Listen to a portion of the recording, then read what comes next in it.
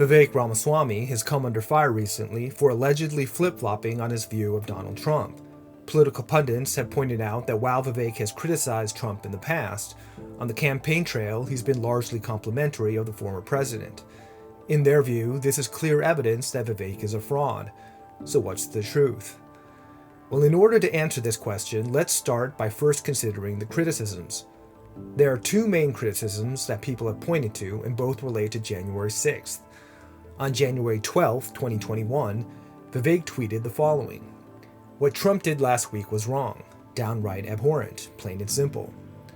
What is often not reported is that this tweet was actually in response to another tweet by someone with 4 followers, which itself was a reaction to an article Vivek wrote in the Wall Street Journal. The interesting part is that the article wasn't really about Trump. It was about the merger of government and big tech, which had led to the erosion of our constitutional rights, a theory that proved to be quite prescient. Trump is only mentioned in the article a handful of times, almost as a side note, primarily to highlight the fact that big tech, likely at the behest of government agents, had taken an unprecedented step in banning the former president of the United States from the modern public square. The person that Vivek was responding to apparently viewed this position as a defense of Trump, when in reality it was a defense of our Constitution and individual liberties. So what did Vivek mean when he called Trump's actions abhorrent? Well, he elaborated on this point in his book Nation of Victims, which contains the second criticism that pundits have pointed to. In Chapter 5, called Conservative Victimhood, Vivek wrote the following: "It was a dark day for democracy.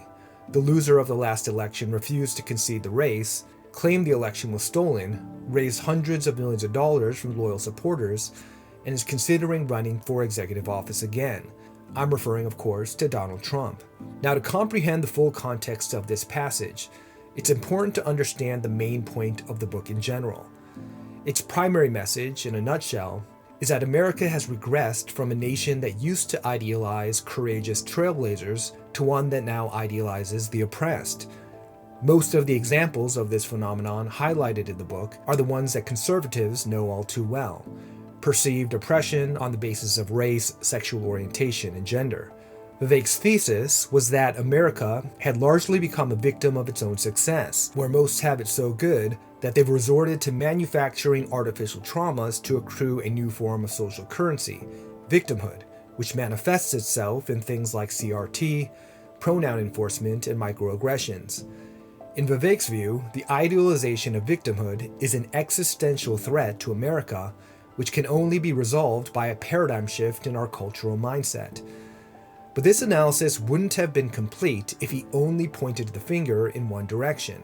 So Vivek also pointed out that the disease of victimhood is an ill that doesn't only plague the left. Its symptoms were also manifested in the way that Trump and some of his allies handled the fallout of the 2020 election.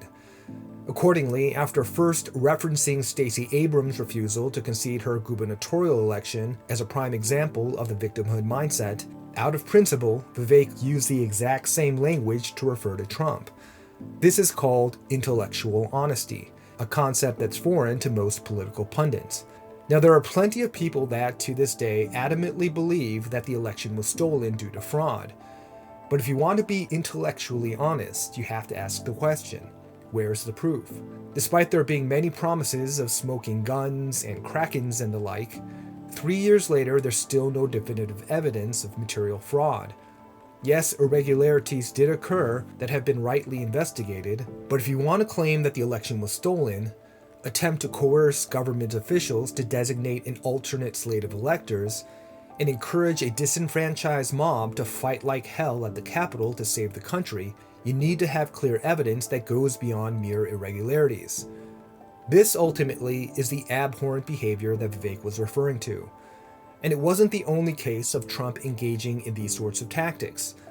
After losing the Iowa GOP caucus in 2016, Trump tweeted, "Ted Cruz didn't win Iowa, he stole it. Based on the fraud committed by Cruz, either a new election should take place or Cruz's results nullified." Then, during the recount of the 2022 Republican primary for Senate in Pennsylvania, in which Trump endorsed Dr. Oz, Trump urged Dr. Oz to just declare victory and questioned whether the vote was rigged. The underlying theme of this chapter, and the entire book, is that no matter how aggrieved you might be, wallowing in victimhood is never the answer, and at some point, after exhausting your remedies, you need to move on. And this is a particularly important lesson for a leader that wields the power of influence over many others. Now that we've outlined Vivek's criticisms of Trump, let's compare them to the positive things Vivek has said about Trump on the campaign trail. Most famously, he's referred to Trump as the greatest president of the 21st century. This certainly sounds like high praise, but when we consider who the presidents have been since 2000, the bar is actually depressingly low. Vivek's also said on a number of occasions that he agrees with many of Trump's policies. And although many have tried to bait Vivek into attacking Trump, he has generally been complimentary of the former president. This is likely partially strategic given the die-hard MAGA base, but Vivek's also made it a point as part of his campaign to avoid attacking other candidates in general. The reality is, there's nothing about Vivek's current stance on Trump that's inconsistent with the criticisms from his book or his tweet. Those critiques were actually very narrow in scope. They specifically dealt with how Trump handled one particular situation. I know that there are some that have fallen under a spell of hero worship, but no human is perfect. And if you're a genuine, principled person, when someone you like does something that you dislike, you will call them out on it. That's what mature adults do. The truth is that the claim that Vivek has flip-flopped on Trump is really just another case of a political trick, where the media and certain grifters attempt to manipulate public opinion by painting notable figures as two-dimensional stock characters from a Disney movie. These caricatures are either completely evil or completely holy, with no in-between. And this trick has been played to perfection on Trump by Democrats and their media lapdogs.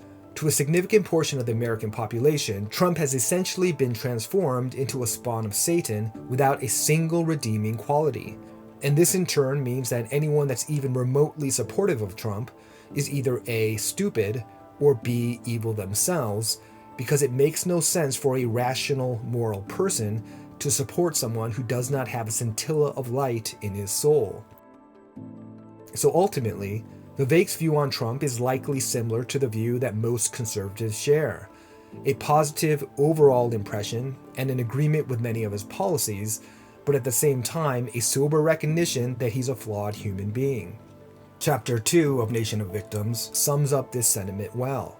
In that chapter, Vivek writes in depth regarding certain controversial figures of the Civil War era who today have been subject to a number of posthumous cancellation campaigns. At the end of this chapter, Vivek argues that we should not seek to erase those historical figures because they can help remind us that humans are complex beings capable of change, and if we fail to remember them, we may also fail to look for the nuances that exist within each other. You can believe that Trump acted inappropriately leading up to January 6th, but reject the notion that his behaviors constituted crimes. You can also believe that the Capitol rioters committed bad acts, but did not engage in an insurrection. The media and politicians will always try to obscure the public's ability to see nuance, which furthers the degeneration of politics into team sport. But if we have any hope of unifying this nation, the first step will be to reject this paradigm, and instead, we'll endeavor to recognize the humanity in our fellow citizens, warts and all.